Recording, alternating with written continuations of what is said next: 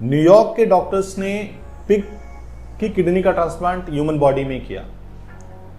चौंकिए मत, आज इसके बारे में मैं आपको सारी इंफॉर्मेशन दूंगा कि ऐसा कैसे किया जा सकता है, इसके चैलेंजेस क्या है, ये ऐसा किया क्यों गया। सबसे पहले आपको जानना ये जरूरी है कि किडनी फेलियर के मरीज पूरे दुनिया में बढ़ रहे हैं। इंडिया में भी बहुत सारे मरीज हैं, विदेशों में भी बहुत सारे मरीज हैं जो किडनी के वेट में डायलिसिस करा रहे हैं।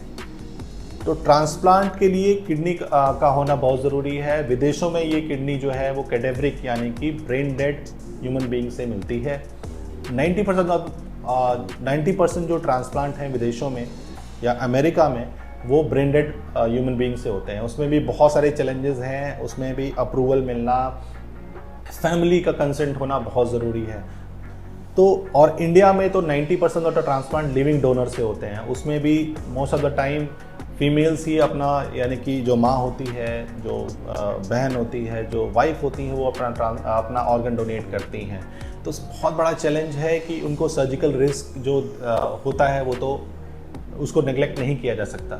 तो अगर कोई ऐसा ऑल्टरनेटिव मिल जाए जिससे हमें किसी ह्यूमन बीइंग को किसी डिजीज़ यानी कि ब्रेन डेड ह्यूमन बीइंग को से किडनी ना लेनी पड़े, इस प्रोसेस में जो कि न्यूयॉर्क के डॉक्टर्स ने 2-3 ट्रांसप्लांट ऐसे किए हैं, ब्रेन डेड ह्यूमन बीइंग में किए हैं। लाइव अभी ह्यूमन बीइंग में कोई ट्रांसप्लांट ऐसा नहीं किया गया है।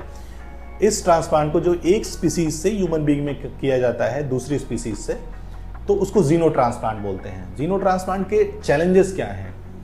चैलेंजेस ये हैं कि जब भी कोई बॉडी में ऑर्गन ट्रांसप्लांट किया जाता है तो उसका रिजेक्शन होता है, उसके लिए बहुत सारी दवाइयाँ चलती हैं।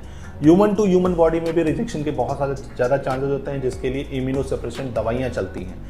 लेकिन अगर हम किसी दूसरी स्पीसीज़ का ह्यूमन बीइंग में ट्रांसप्लांट कर दें तो हाइपर एक्यूट रिजेक्शन होता है, यानी कि तुरंत ही वो किडनी रिजेक्ट हो जाती है या कोई भी ऑर्गन रिजेक्ट हो जाता है। तो ऐसे जीन्स जो इस तरह के रिजेक्शन के लिए रिस्पॉन्सिबल होते हैं वो उस पिग से जो कि ट्रांसप्लांट किया गया उसको निकाल दिया गया। ये जेनेटिकली मॉडिफाइड पिग था, उसकी किडनी भी जेनेटिकली मॉडिफाइड थी, जिसको एक ब्रेन डेड पेशेंट में ट्रांसप्लांट किया गया। Over the period of time उसको ऑब्जर्व किया गया। इमीडिएटली सर्जिकल रिस्पांस बहुत अच्छा था। जैसे ही किडनी को ट्रांसप्लांट करके उसकी आर्टरीज को जोड़ के किडनी को डीक्लैम्प किया गया, उसकी ब्लड सप्लाई देखी गई तो किडनी की ब्लड सप्लाई बहुत अच्छी थी। इमीडिएटली कोई रिजेक्शन नहीं हुआ, जिसको हाइपर एक्यूट रिजेक्शन बोलते हैं। आज 54 डेज की रिपोर्टिंग के बाद इसमें ये देखा गया है कि अभी भी किडनी बहुत अच्छे तरीके से काम कर रही है।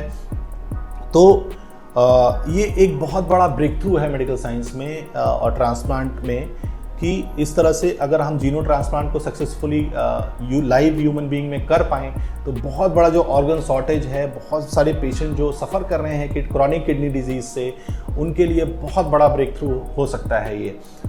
और सबसे बड़ी बात है कि आज हमें थैंक्स बोलना चाहिए पार्सन फैमिली को, जिन्होंने इसके लिए अप्रूवल दिया।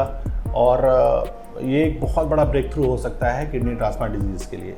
अब इसके चैलेंजेस क्या हैं? इंडिया में जो सबसे बड़ा चैलेंज है कि हमारे मेडिकल रिसर्चेस सिर्फ बहुत ही अभी इन्फेंट स्टेज में हैं। हम सिर्फ दूसरे जो रिसर्चेस हैं जो विदेशों में हो रहे हैं उनको फॉलो कर रहे हैं। सिर्फ कुछ सेंटर्स इंडिया में हैं जो जेन्युइन रिसर्च कर रहे हैं मेडिकल फील्ड में, कुछ नया सोच रहे हैं। तो जैसे कि आज हम चांद पे पहुंच गए, इसरो ने कुछ नया सोचा, कुछ अलग पॉइंट ऑफ व्यू से सोचा, इसी तरीके से मुझे पूरी उम्मीद है कि मेडिकल साइंस इंडिया का बहुत जल्दी ही एक आगे बढ़ेगा, इम्प्रूव करेगा और कुछ नई नई चीज़ें सोचेगा।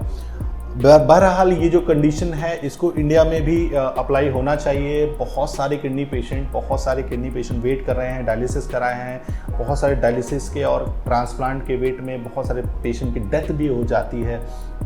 तो इस तरह के जो मेडिकल रिसर्चर्स हैं उनका हमें स्वागत करना चाहिए इंडिया में भी, और इस तरह के रिसर्चेस इंडिया में प्रमोट करने चाहिए। पॉलिटिकल कमिटमेंट यानी कि गवर्नमेंट का भी बहुत ज़्यादा रोल होता है इस तरह के रिसर्चर्स के लिए। तो गवर्नमेंट से भी अपील करनी चाहिए कि इस तरह से के रिसर्चर्स को आप प्रमोट करिए, उनको फंड करिए, उनको स्ट्रेंथन करिए, सो दैट कि हमारे जो लंबे समय से बीमारियों से जो ग्रसित लोग हैं वो परेशान ना हो और उनको ऑर्गन टाइम से मिल जाए। Thank you so much for watching. इस तरह से इंटरेस्टिंग मेडिकल फैक्ट्स जो ऑल ओवर द वर्ल्ड होती हैं मैं आप तक पहुंचाता रहूँगा। आपकी कोई भी क्वेरी हो आप कमेंट बॉक्स में ज़रूर लिखें, मैं आपको आंसर करने की कोशिश करूँगा। और इसी तरह के हेल्थ इंफॉर्मेशन के लिए आप मुझे फॉलो करिए, सब्सक्राइब करिए मेरे चैनल को, फॉलो करिए मुझे इंस्टा पे और फेसबुक पे। Thank you so much for watching.